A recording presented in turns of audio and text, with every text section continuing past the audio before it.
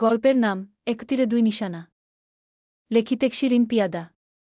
পর্ব ১১। তাজ উদ্দিন মেয়েকে শ্বশুরবাড়িতে রেখে একটু বসে বেয়াই তাহের চৌধুরীর সঙ্গে এক কাপ চা খেয়েই উঠে চলে যায় নিজের বাড়িতে। আর একটুও দেরি না করে। বাবার ব্যবসা বাণিজ্যে অনেক চাপ, এই নিয়ে মেহেরও তাকে থাকতে আর জোরাজুরি করেনি। তবে মনটা খুব করে চাইছিল আজ যেন তার বাবা না যায়। নিশানের কাছে থেকে কফি বানানোর বাহানায় নিচে চলে আসে সে। আর তার উপরে যাওয়া হয় না নিশানের কাছে। এইদিকে বাবা যাবার পথে দুই মেয়ের মাথায় হাত বুলিয়ে দেই। যাওয়ার পথে বলেও যান কোনো সমস্যা হলে বাবাকে যেন বলা হয়। মেহের তো অনেক সময় ধরে দরজার পাশে দাঁড়িয়েছিল। বাবা যে চলে যাচ্ছে সেই পথেই তাকিয়ে আছে সে। ভিতরটা কেমন যেন করছে তার, ছুটে বাবার সঙ্গে আবার ফিরে যেতে ইচ্ছে করছে। সেই রাতটা বাবা মায়ের কথা ভেবে অনেক মন খারাপ করেই যায় মেহেরের সারা রাত। তার তো এখনও মনে চাই বাবা আর মায়ের সঙ্গে সারা জীবন কাটাতে।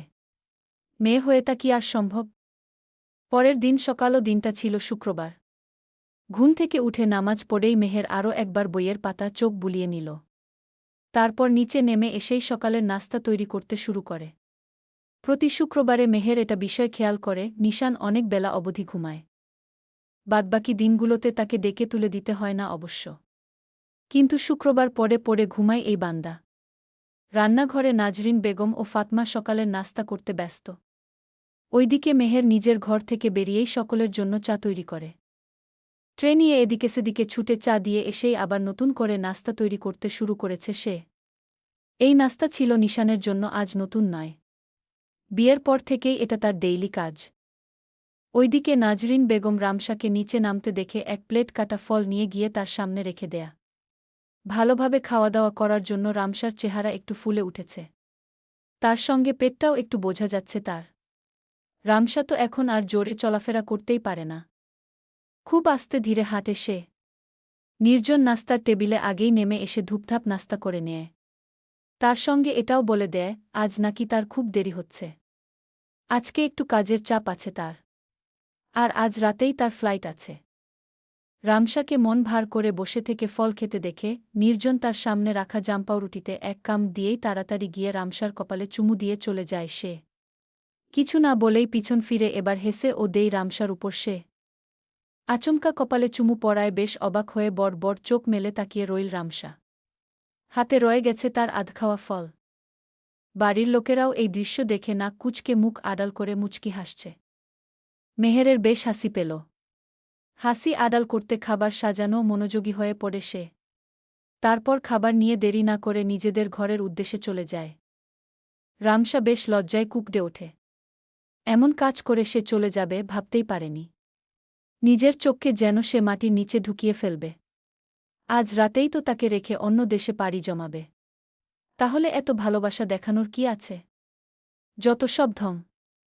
আসুক রাতে চরম শিক্ষা দেবে সে, এই বলে রাখল সে মনে মনে। এইভাবে রামশাকে একা বসে থাকতে দেখে তনিমা ও দাদি গুলারা বেগম তার কাছে এসে বসল। দাদি বলল, কি রে, তুই এমন মন ভার করে বসে আছিস কেন? রামশা তখন স্বাভাবিক হয়ে বলল, কই না তো। দাদি কিছু শুনতে পারল না দেখে পাশেই বসে থাকা তনিমাকে বলল, এই মেয়ে ও কি বল রে? তনিমা তখন দাদির কাছে গিয়ে আস্তে করে বুঝিয়ে বলল, দাদি সে বলছে কিছু হয়নি তার। দাদি এবার বুঝতে পেরে বলল, কিছু হয় নাই তো মন ভার করে আছিস কেন? স্বামী চলে যাবে তোকে রেখে, এই জন্য? আমরা তো তোর কাছে আছি। যে কোনো সমস্যা হলে আমাদের বলবি। রামশা দাদির কথা শুনে মন খারাপের উপরেই যেন বেশ লজ্জা পেল। বাড়িতে অনেকেই আছে। মনে মনে কি ভাববেন? আর একপাশে সোফায় বসে থাকা অবস্থায় তার শ্বশুর তাহের চৌধুরী গলা খাকারি দিয়ে উঠে বাইরে বাড়ির গার্ডেনে চলে গেলেন তিনি, তাদের কথাবার্তা মাঝেই। সকালের নাস্তা তৈরি করে নিয়েই খাটের পাশেই ছোট টেবিলে রেখে দিল সে। তারপর নিশানের দিকে তাকিয়ে আস্তে করে বসল মেহের। উবু হয়ে ঘুমিয়ে আছে নিশান। মেহের তো ভাবছে একবার ডাকবে নাকি ডাকবে না। এই হলো তার বড় সমস্যা।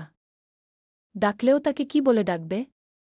আগে তো প্রতিদিন সকালে নাস্তা তৈরি করে এনেই টেবিলে রেখে বাইরে চলে যেত সে। এখন কেন জানি তার মনটা খুব চাইছে, একদম বাকি বুড়া যেমন স্বামীকে ঘুম থেকে ডেকে ওঠায় ঠিক তেমন করেই তার মন ডাকতে ইচ্ছে করছে। কি বলে ডাকবে সে? এই যে শুনছেন? না না, এমন করে ডাকা যাবে না। তাহলে কি এইভাবে ডাকবে? আপনি কি শুনতে পারছেন? এটাও কেমন যেন হয়ে যাচ্ছে। তাহলে কি সে খাঁটি বাঙালি বুদের মতো ডাকবে? যেমন, ও গো স্বামী, শুনতে পারছ? তোমার জন্য খাবার তৈরি করেছি। ইজো, এটা ভাবলেই তো নিজের ভেতরেই কেমন কেমন করছে তার। না না, সে কোনোভাবেই ডাকবে না তাকে। পরে পরে ঘুমাক সে। কথাগুলো মনে মনে বিড়বিড় করতে করতে উঠে যেই না চলে যাবে, ঠিক সেই সময় নিশান পেছন থেকে মেহেরের হাত ধরে নিল। ঘুমে চোখ ডলতে ডলতে উঠতে উঠতে বলল, আর একটু বসে থাকো পাশে, মেরি জান, উঠে যাচ্ছ কেন? মেহের ভয় বা চমকে গেল না। তবে বুকে ধুকপুক করে উঠল কেন জানি তার। পেছন ফিরে মুখমণ্ডল স্বাভাবিক করে বলল, ওই আমার বাইরে একটু কাজ ছিল, তাই চলে যাচ্ছিলাম আমি। কিন্তু আপনি কি করে বুঝলেন আমি বসেছিলাম আপনার পাশে? আপনি চোখ বন্ধ করেই তো এখনও চোখ হাত দিয়ে ডলাডলি করছেন গু। নিশান এবার চোখ থেকে হাত সরিয়ে নিয়ে বলল, বিগত 1 বছর তোমার সঙ্গে থাকছি। একটু হলেও তোমার শরীরের গন্ধটা আমার খুব চেন হয়ে উঠেছে। তুমি চুপি চুপি আমার পাশ দিয়ে হেঁটে গেলেও আমি জানতে পারি গিয়ে। মেহের নিশানের কথায় একটু মুখে হাসি ফুটে উঠল। তারপর সে বলল, তাহলে তো এটাও বুঝতে পারবেন যে আমার মনের মধ্যে কি চলছে। আমার মন কি চায়? আসলে আমি শুনেছি একটা মানুষের সঙ্গে একই ঘরে, একই বিছানায় একসঙ্গে থাকতে থাকলে তার চালচলন, মনের ধারণা, সবকিছু সম্পর্কে অপর দিকের মানুষটি জানা হয়ে থাকে গি। নিশান মেহেরের হাত ছেড়ে দিয়ে বলল, বোঝা যেতে পারে। তবে আমার মতে মেয়ে মানুষের মন বোঝা খুব কঠিন। ওদের মন যা বলে তা ওরা কখনোই শোনে না। ওদের ইগো যা বলে ওরা সেটাই ঠিকই শোনে। ইগো, অহংকার, এই বিষয়ে আমার ধারণা কম। মনের থেকে মস্তিষ্কের কথা বেশি শোনা মানুষদের মন বোঝা কঠিন গ। মেহেরের কথাগুলো যেন মাথার উপর দিয়ে গেল। সে তখন বলল, কিন্তু আমি তো দেখেছি আম্মু আব্বার কি লাগে না লাগে তা আগেই বুঝতে পারেন। ওইদিকে আব্বাও ঠিক এর বিপরীত নয়। আব্বাও ঠিক সহজেই আম্মুর মনের ভাষা বোঝেন গু। নিশান হেসে দিয়ে বলল, এর কারণ হল তারা একে অপরের প্রিয় মানুষ। তাহলে তুমিই বলো, আমি কি তোমার প্রিয় মানুষ মেরি জান? কথাটুকু শুনে মেহের থতমত করে বলল, ইয়ে মানে? আমি তো তা জানি না। নিশান আর কোনো জবাব না দিয়ে মেহেরের গালে চুমু দিয়ে বলল, একদিন ঠিকই জানবে গ। কথাটুকু বলেই নিশান ওয়াশরুমে চলে গেল। মেহের সেখানেই হাঁ করে বসে আছে। মেহেরের সঙ্গে এসব কি হচ্ছে? আগে তো সে এমন ছিল না। কেমন দিনে দিনে সে নিজেও বেহায়া হচ্ছে। গালে হাত দিয়েই ঘর থেকে বেরিয়ে গেল সে।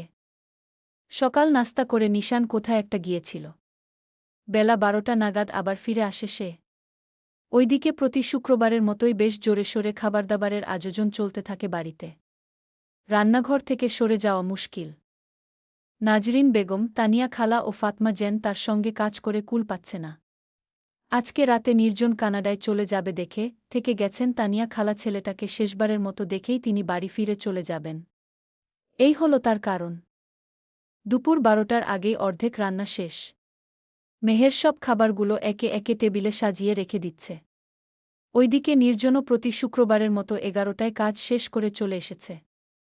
বাবা তাহের চৌধুরী ও ছোট ভাই নির্জন পরিষ্কার পরিচ্ছন্ন হয়ে শুক্রবারের নামাজ আদায় করার জন্য পাঞ্জাবি পরে সুগন্ধি আতর মেখে বাইরে চলে আসেন। নামাজ পড়তে তারা একসঙ্গে মসজিদে যাবেন। মেহের তাদের হেঁটে চলে যাওয়া দেখে পেছন থেকে ডেকে উঠল, বাবা একটু দাঁড়ান। আপনার বড় ছেলেও যাবে মসজিদে গি। কথাটুকু শুনে বেশ অবাক নজরে সবাই তার দিকে তাকিয়ে থাকে। মেহের সবাইকে এমন করে তাকিয়ে থাকতে দেখে বলল, কি হয়েছে? এমন করে তাকিয়ে আছেন কেন আপনারা? আমি কি কোনো বড় ভুল কথা বলে ফেললাম? পাশ থেকে নির্জন হেসে দিয়ে বলল, মেহের, এটা তুমি কি বললে? ভাইয়া তো কখনোই আমাদের সঙ্গে নামাজ পড়তে যায় না। সেই দাদু ইন্তেকাল করার আগে থেকেই তার এই অবস্থা। আল্লাহর নামটা নেওয়া পর্যন্ত সে ভুলে গেছে গু। তাহের চৌধুরী নিজের হাতঘড়ির দিকে তাকিয়ে মেহেরকে বলল, দেখো মা, সময় অনেক কম। ও কখনোই আমাদের সঙ্গে নামাজ পড়তে যাবে না। এই আশা তোমার ছেড়ে দেওয়া উচিত কে? এই কথা শুনে মেহের বলল, কিন্তু বাবা, আমি তো তাকে বাড়ি ফিরে আসার সময় ঘরে বুঝিয়ে বলছি আর পাঞ্জাবি বিছানা রেখে এসেছি। নির্জন মেহেরকে বলল। মেহের, সে কি তোমাকে কিছু বলেছে? এই যেমন। হ্যাঁ, সে আমাদের সঙ্গে নামাজ পড়তে যেতে চায়। মেহেরের এই কথা শুনে মুখটা একটু ছোট হয়ে গেল। আসলেই তো, নিশানকে সে আসতে বললেও নিশান তো তাকে এর কোনো জবাবই দেয়নি। আর কিছু বলল না সে। চুপ করে দাঁড়িয়ে রইল ঘরের এক পাশে, এর কারণ মেহের কাছে আর জবাব নেই। একটু পর পাশ থেকে তনিমা তাহের চৌধুরীকে ডাক দিয়ে বলল, খালু, পাপা, নিশান ভাইজা আসছে। দেখতে অনেক সুন্দর লাগছে তাকে। কথাটুকু শুনেই সবাই নিশানের দিকে তাকাল। আজকে যেন নিশানকে অনেক সুন্দর লাগছে। সবাই যেন তার উপর থেকে চোখ সরিয়ে রাখতে পারছে না। নাজরিন বেগম ছেলের এমন নতুন রূপ দেখে আল্লাহর কাছে বারবার শুকরিয়া আদায় করছেন। পরনে পাঞ্জাবি, মাথায় টুপি। শরীর থেকে দামি পারফিউমের গন্ধটা আজকে নেই। আজকে মিষ্টি আতরের গন্ধে মম করছে। এমন কাণ্ডে সবাই মেহেরের দিকে তাকিয়ে আছে, বাহাবা দেওয়ার মতো নজরে করে। সকালে মুখে এক অন্যরকমের হাসি দেখা দিচ্ছে। এই ছেলে তো কখনোই তাদের কথা শোনে না। আজকে কেমন করে বুয়ের কথা মেনে নিল? তাও আবার এক কথায়। এই মেয়েটার মধ্যে আসলেই কিছু আছে। নিশান এমন একটা ছেলে যে কখনোই কারো কথা কানে তুলত না। আজকে এক কথায় নিজেকে বদলে নিয়েছে। আল্লাহর তরফ থেকে পাওয়া শ্রেষ্ঠ উপহার পেয়েছে নিশান, যা তাকে হিদায়াতের পথে বারবার টেনে নিয়ে আসছে। মেহেরের জন্য হলেও সে আল্লাহকে স্মরণ করেছে। নিশান আস্তে করে মেহেরের পাশে এসে দাঁড়িয়ে বলল, শুধু তোমার জন্য যাচ্ছি মসজিদে গিয়ে। মেহের নিশানের দিকে তাকিয়ে সেও ফিসফিস করে বলল, আমার জন্য না, আপনি আল্লাহর জন্য মসজিদে যান। এতে সকলের দিলে সুকুন আসবে গি। নিশান মুচকি একটা হাসি দিয়ে উপরে তাকিয়ে বলল, ইনশাআল্লাহ গু।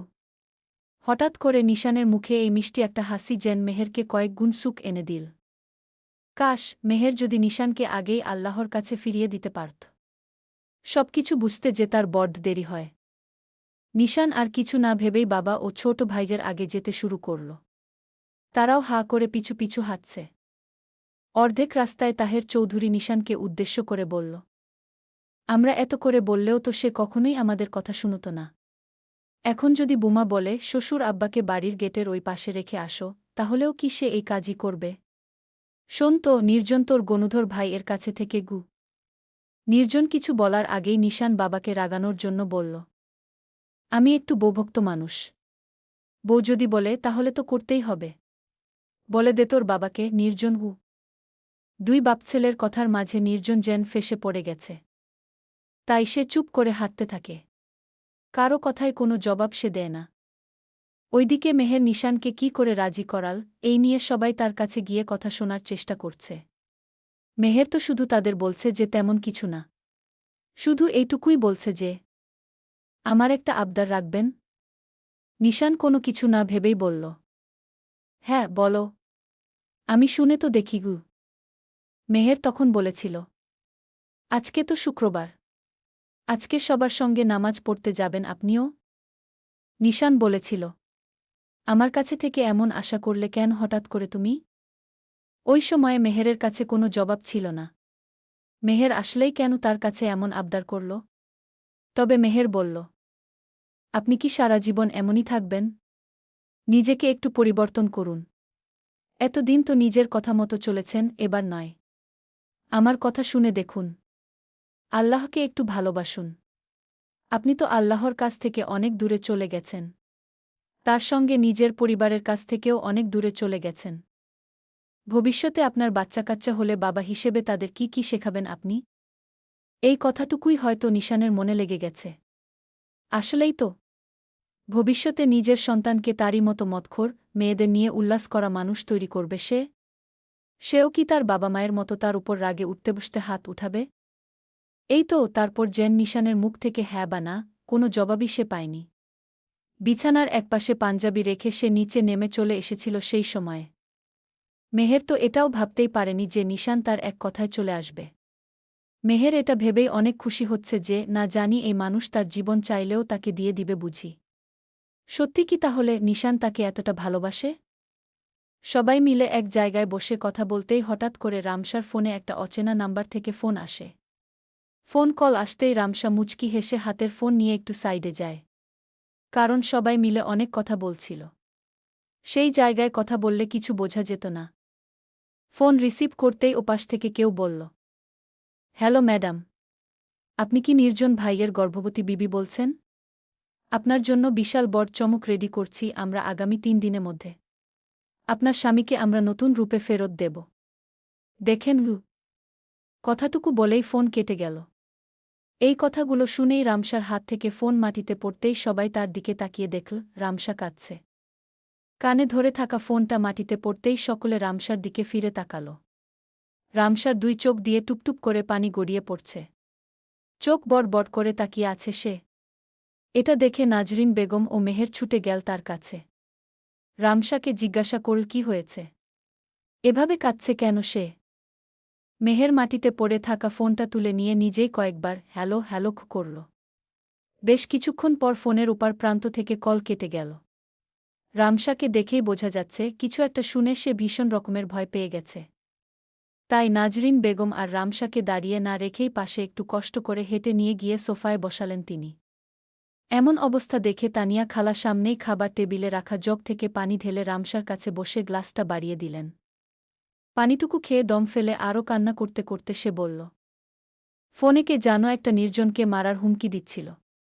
ওকে বাইরে যেতে দিয়েন না মা, ও এখানেই থেকে কাজ করুক। রামসার কথা শুনে নাজরিন বেগমের ভেতরটা কেমন করে উঠল। কিন্তু তিনি চেহারায় তা প্রকাশ না করে রামসার মাথায় হাত বুলিয়ে দিতে দিতে শান্ত ভঙ্গিতে বললেন, এইসব ফোন কলে কেন বিশ্বাস করছ? তুমি তো শিক্ষিত মা, হুটহাট কারো কথায় কেন বিশ্বাস করো বলো তো? একটু আগেই না 3 বাপ ছেলে নামাজ পড়তে গেল। এগুলো ফেক কল, এসব বিশ্বাস করো না তো। রামসার কান্নামা মুখের দিকে তাকিয়ে মেহের তার কাছে হাঁটু গেড়ে বসে বলল, এই আপু, এসব কেন বিশ্বাস করছিস তুই? তোর মনে আছে আব্বার ফোনেও একবার এক অচেনা ফোন কলে বলেছিল আমি জিনের বাদশা বলছি, তুই না প্রমাণ করলি এটা মিথ্যা। বুলবুলি ফুপি, মা, আমি সবাই কত ভয় পেয়েছিলাম মনে আছে তোর? মেহেরের এই কথা শুনে পাশে দাঁড়িয়ে থাকা তনিমা খ্যাক করে হেসে উঠল। সবার নজর রামসার উপর সরে কিছুক্ষণ তার দিকে চলে গেল। তানিয়া খালা মেয়ের এমন হাসি দেখে বেশ রেগে গেলেন। তার সঙ্গে বললেন, সিরিয়াস সময় জায়গায় তোর এমন হাসি পায়? বেয়াদব, যা বলছি সামনে থেকে সরগু। তনিমা তো ভয়ে কাচুমাচু হয়ে তাছনিনের হাত ধরে টেনে উপরে তাদের ঘরে চলে গেল। রামসা তবুও বলল, কিন্তু মানুষটার কথা শুনে কেন জানি মনে হচ্ছে কিছু একটা সমস্যা হবে। মানুষটা বলল যে আপনি কি নির্জন ভাইয়ের গর্ভবতী বিবি বলছেন? আপনার জন্য বিশাল বড় চমক রেডি করছি আমরা আগামী 3 দিনের মধ্যে। আপনার স্বামীকে আমরা নতুন রূপে ফেরত দেব। দেখেন, রং নাম্বার থেকে যদি ফোন আসত তাহলে আমাকে আর নির্জনকে চিনল কি করে? রামসাকে এমন বিচলিতভাবে কথা বলতে দেখে নাজরিন বেগম বললেন, নির্জনের কোনো বন্ধু হয়তো তোমার সঙ্গে মজা করেছে মা। এত চিন্তা করো না। ওদের কয়টা বন্ধুকে আমি চিনি, বেশ পাজি আছে ছেলেগুলো গু। এত কথার মধ্যেও যেন রামসার মনের মধ্যে কুহু করে কিছু একটা ডেকে উঠছে। কারও বুঝ সে মনে ধরে রাখতে পারছে না। সবার মুখের দিকে তাকিয়ে সে আর এই বিষয় নিয়ে কথা বলল না। মেহেরের দিকে তাকিয়ে রামসা বলল, আমাকে একটু ঘরে রেখে আসবি মেহের। আমার বসে থাকতে ভালো লাগছে না। এক পা ফুলে পানি জমে গেছে। মনে হয় পাটা আমার অনেক ভারী গো। এই কথা শুনে পাশে বসে থাকা নাজরিন বেগম মেকি হেসে বললেন, তোমার তো পায়ে পানি জমেছে। আর আমার নিশান যখন পেটে ছিল ওই সময় হাতে ইনফেকশন শুরু হয়েছিল। সাদা চামড়ার পরিবর্তন ঘটত 2 হাতে। খাবার হাত দিয়ে উঠিয়েও খেতে পারতাম না গে। হ্যাঁ, দুলাভাই তোকে উঠিয়ে খাওয়াত, আফাগু। পাশ থেকে তানিয়া খালার কথা শুনে মেহের ও রামসার মুখে হাসি চলে এল। নাজরিন বেগম বোনকে একটু ধমক দিয়ে বললেন, ধুর, কাকে কি বলছিস? মুখটা একদম বেফাস তোর, তানিয়া গু। আচ্ছা মা, যাও ঘরে যাও। এখানে আর বসে থেকো না। আমি ভাবছি নির্জন যেহেতু আজকে চলে যাবে তাহলে তনিমা নয় রামসার ঘরেই রামসার সঙ্গে থাকবে আজ রাত থেকে। তনিমা তো মাস 4 এখানেই থাকছে গি। তানিয়া তার বোনের কথায় সায় দিলেন। মেহের রামসাকে নিয়ে তার ঘরের দিকে হাঁটতে শুরু করল। পেছনে দাঁড়িয়ে থাকলেন তানিয়া ও তার বোন নাজরিন বেগম। রামসা ঘরের দিকে যাওয়ার পথেই তারা তাকিয়ে আছেন। তারা দুবোন যেতেই ফোন কলের ওই বিশ্বাসটা চট করে মাথায় এল। তার সঙ্গে চেহারায় আবারও কালো ছাপ দেখা দিল তাদের। তানিয়া বোনের কাঁধে একটু হাত ছুঁয়ে বলে গেলেন, আল্লাহ আছেন আফা, চিন্তা করিস না। আমরা কখনো কারো ক্ষতি করিনি যে আমাদের ক্ষতি হবে গি। নামাজ শেষে বাড়ি ফিরে সবাই একসঙ্গে টেবিলে বসে খাওয়া দাওয়া করে নিল। খাবার টেবিলে শুধু নিশান ও রামসা ছিল না। নিশান তো কখনোই সবার সঙ্গে এক টেবিলে বসে খাবার খায় না। রামসার শরীর খারাপ দেখে নিজের ঘরেই ফাতমাকে দিয়ে খাবার পাঠিয়ে দেওয়া হয়েছে। খাওয়া দাওয়া শেষ করে যে যার রুমের দিকে চলে গেল। নির্জনও তার ঘরে চলে এল। ঘরে ঢুকেই দেখে রামসা ঘুমিয়ে আছে। আজকে রামসার মুখটা নির্জনের কাছে কেন জানি শুকনো লাগছে। কেন এমন হয়েছে তা জেনেই এসেছে নির্জন। নামাজ পড়ে তিনজন একসঙ্গে যখন ঘরে পা রেখেছিল, ঠিক সেই মুহূর্তে নাজরিন বেগম সকল ঘটনা তাকে খুলে বলেছিলেন। সেই সময় নিশান এই কথাটা জিজ্ঞেস করেছিল, কারো সঙ্গে কি তোর ঝামেলা আছে নাকি? নয়তোকে এমন করে তোকে শাসিয়ে কথা বলছে? নির্জন তো জানে তার ভাই নিশান কেমন। সব কিছু তো আর মাথা গরম করে করলেই সমাধান হয় না।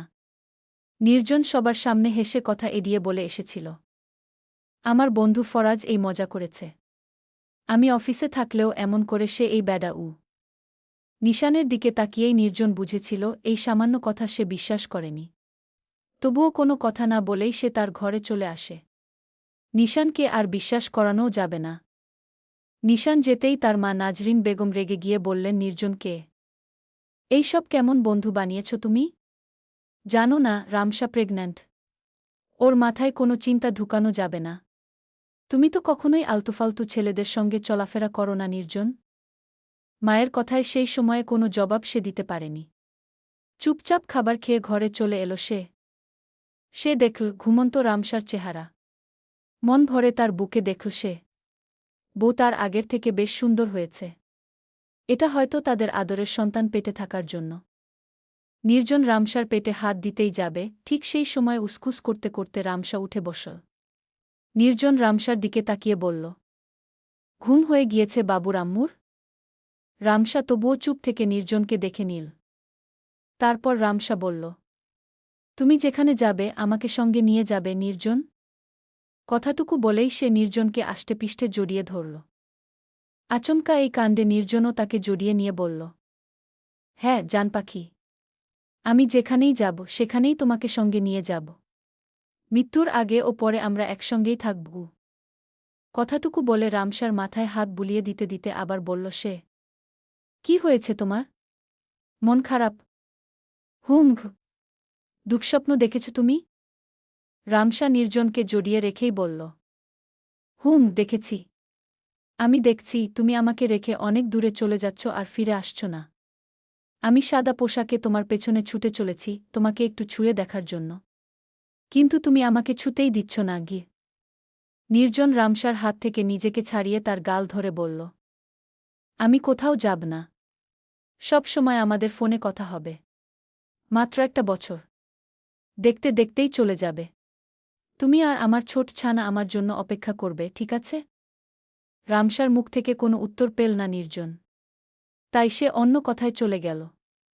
সে বলল, খাবার খেয়েছ তুমি? রামসা মাথা নিচু করে নিল। খাটের পাশেই ছোট টেবিলে খাবার ঢাকা অবস্থায় পড়ে রয়েছে। নির্জন তখন বলল, আমি খাইয়ে দিলে খাবে তুমি? কথাটুকু শুনেই রামসার চোখমুখ যেন একটু উজ্জ্বল হয়ে উঠল। নির্জন নিজের হাত পরিষ্কার করে এসে রামসাকে খাবার খাওয়াতে শুরু করল। রামসা খাবার মুখে নিয়ে বলল, তুমি খাবার খেয়েছ নির্জন? নির্জন তখন বলল, খাবার মুখে নিয়ে কথা বলে না। চুপচাপ খেয়ে নাও দেখি গু। আর কিছু বলল না রামসা। চুপচাপ খাবার খেতে শুরু করল। নির্জন তখন বলল, এখনও তোমার বাচ্চামু গেল না।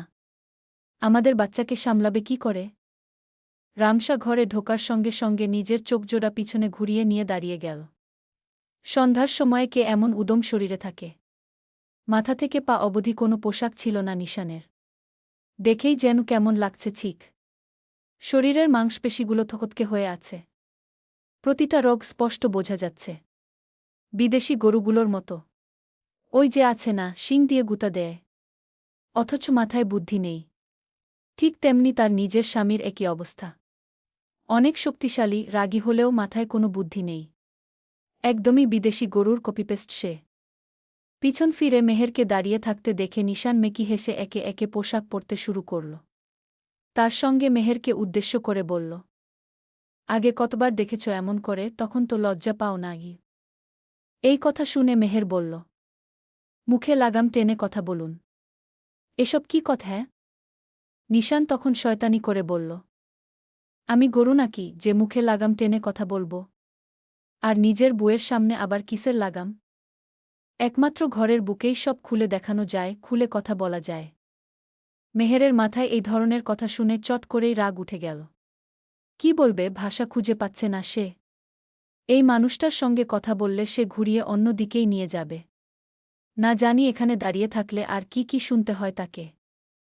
মেহের কি কারণে ঘরে এসেছিল তা এই দৃশ্য চোখে পড়তেই সে ভুলে বসেছে। করতে চেয়েও পারল না সে। মনে মনে অনেক কয়টা গালিও দিল নিশানকে এমন অবস্থায় দেখে। নিশান এভাবে মেহেরকে ঘর থেকে চলে যেতে দেখেই মৃদু হেসে আয়নার সামনে দাঁড়িয়ে হাতে ঘড়ি পরতে শুরু করল। সবকিছু পড়া শেষ হলে সেও ঘর থেকে বেরিয়ে গেল। নির্জনকে সে এয়ারপোর্টে ছাড়তে যাবে। নির্জন একদম রেডি হয়ে বের হয়েছে। সবাইকে সালাম করে দোয়া নিয়ে বাইরে গাড়ির সামনে দাঁড়িয়ে আছে। এখনও রামসার মুখে তেমন একটা হাসি নেই। নাজরিন বেগমের ছেলে দূরে কাজে আগেও গেছে, তবে আজ কেন জানি ভেতরে কেমন যেন করছে তার। নির্জন তার মাকে অনেক ভালোবাসে। তাই মায়ের কাছে গিয়ে মায়ের 2 হাত ধরে চুমু খেয়ে দোয়া নিল। বাবার সঙ্গে কিছু একটা কথা বলে ব্যবসার কিছু ডকুমেন্টের ফাইল হাতে নিল বাবার কাছ থেকে সে। তারপর রামসার ছলছলে চোখের দিকে একটু তাকিয়ে তাকে আর কথা বলার সুযোগ না দিয়ে কপালে চুমু খেয়ে গাড়িতে উঠে বসল। আজ নিশান ড্রাইভ করবে, তাই 2 ভাই আগের মতোই পাশাপাশি বসল। তা দেখে তানিয়া খালা আর তাহসনিম পিছনে বসে গেল। কথা ছিল নির্জনের সঙ্গে তারাও নিজের বাড়ি ফিরে যাবে। বেশ দূরে না হলেও সামনে বাস স্টেশন। সেখানে তাদের নামিয়ে দেবে তারা। নির্জন গাড়িতে বসেও বারবার রামসা আর তার মায়ের মুখের দিকে তাকাচ্ছিল। এসব দেখে নিশান আর দেরি না করে গাড়ি ছেড়ে দিল। যাওয়ার পথে তানিয়া খালা আর তার মেয়েকে বাস স্টেশনে নামিয়ে দিয়ে আবারও চলতে শুরু করল তারা। অর্ধেক রাস্তায় নির্জন নিশানের দিকে তাকিয়ে হালকা করে হেসে বলল, ভাই, আমি একটা কথা বললে সেটা রাখবে? এটা আমার অনুরোধও ভাবতে পারো তুমি গু? নিশান নির্জনের চেহারার দিকে না তাকিয়ে গাড়ি চালানোর দিকে মনোযোগ রেখেই বলল, হ্যাঁ বল, আমি শুনছি। নির্জন নিশানকে বলল, ভাইয়া, আজকের দিনটা আমার জন্য সেরা দিন ছিল। আগে আমি, বাবা, দাদু আর তুমি একসঙ্গে নামাজ পড়তে যেতাম। দাদু মারা যাওয়ার পর থেকেই যেন সবকিছু এলোমেলো হয়ে গেছে। সবাই সবার সঙ্গে ঠিকমতো কথা বলা বন্ধ করে দিয়েছে। ভাই, আমার একটা কথা রেখো। আজকের দিনের তুমিটাকে আমি সারা জীবন দেখতে চাই। সবকিছু ছেড়ে দিয়ে ভেতরে ও বাইরে থেকে তুমি একজন ভালো শিক্ষক হয়ে উঠো। যেন তুমি ভাই হিসেবে, সন্তান হিসেবে এবং ভবিষ্যতে নিজের সন্তানের জন্য একজন ভালো শিক্ষক বাবা হতে পারো। এই তুমিটাকে আমার খুব প্রিয় ভাই। নিজের রাগটাকে একটু কন্ট্রোল করতে শেখো। বাবাকে যেদিন তুমি রাগের বশে মারতে উঠেছিলে সেদিন বাবা আমার সামনে চোখের পানি ফেলেছিল। আর এটাও বলেছিল শুরু থেকেই সে তার প্রথম সন্তানকে বেশি ভালোবাসে। কিন্তু সেই ব্যবহারে বাবা অনেক কষ্ট পেয়েছিল ভাই। নিশান এবার নির্জনের দিকে তাকিয়ে গম্ভীর মুখে বলল, তুই আমার কাছে থেকে কি চাস তাই বল? নির্জন তখন ভাইয়ের দিকে তাকিয়ে বলল, তোমাকে আমি সবার কাছে পারফেক্ট ম্যান হিসেবে দেখতে চাই। তুমি সবার প্রিয় মানুষ হবে এটা দেখতে চাই। তোমার মুখ থেকে ফিরে আসার পরে আবার আগের মতো কোরআন তেলাওয়াত শুনতে চাই আমি। ভাই বেলকুনিতে বসে থেকে নিশান নির্জনের দিকে তাকিয়ে মৃদু হেসে আবার সামনে মনোযোগ দিল। কোনো উত্তর সে দিল না তার ভাইকে। এত কথার মাঝেই অবশেষে এয়ারপোর্টের সামনে চলে এল তারা। নিশান গাড়ি পার্কিং করে এসে দাঁড়াল। নির্জন নিশানকে জড়িয়ে ধরে কানের কাছে ফিসফিস করে বলল, আমার বিশ্বাস করি তুমি একদিন সবার প্রিয় হয়ে উঠবে ভাই। ইনশাআল্লাহ গু। নিশান তবুও কোনো উত্তর দিল না। নির্জন ভেতরে যাবে সেই সময় নিশানও হাঁটতে শুরু করল। নিশানকে তার সঙ্গে যেতে দেখে নির্জন বলল, আমি যেতে পারবো ভাইয়া। তুমি বাড়ি ফিরে যাও, আর এসো না। তুমি এখন মেহেরের সঙ্গে থাকো। তবে আরও ছানাপানার দরকার আছে তো নাকি বাড়িতে গু? নিশান কথাটা শুনে একটু হেসে নিজের গাড়ির দিকে হাঁটতে শুরু করল। মাঝরাস্তায় একটু সাইডে দাঁড়িয়েছিল নির্জন।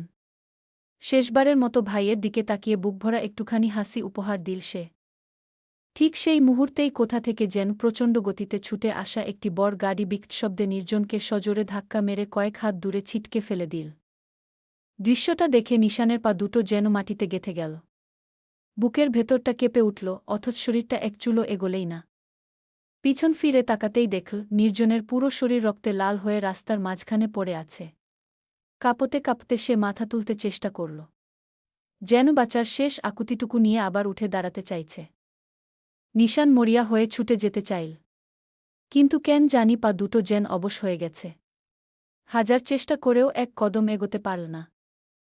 ঠিক তখনই আরেকটি দ্রুতগতির গাড়ি সোজা নির্জনের উপর দিয়ে চলে গেল।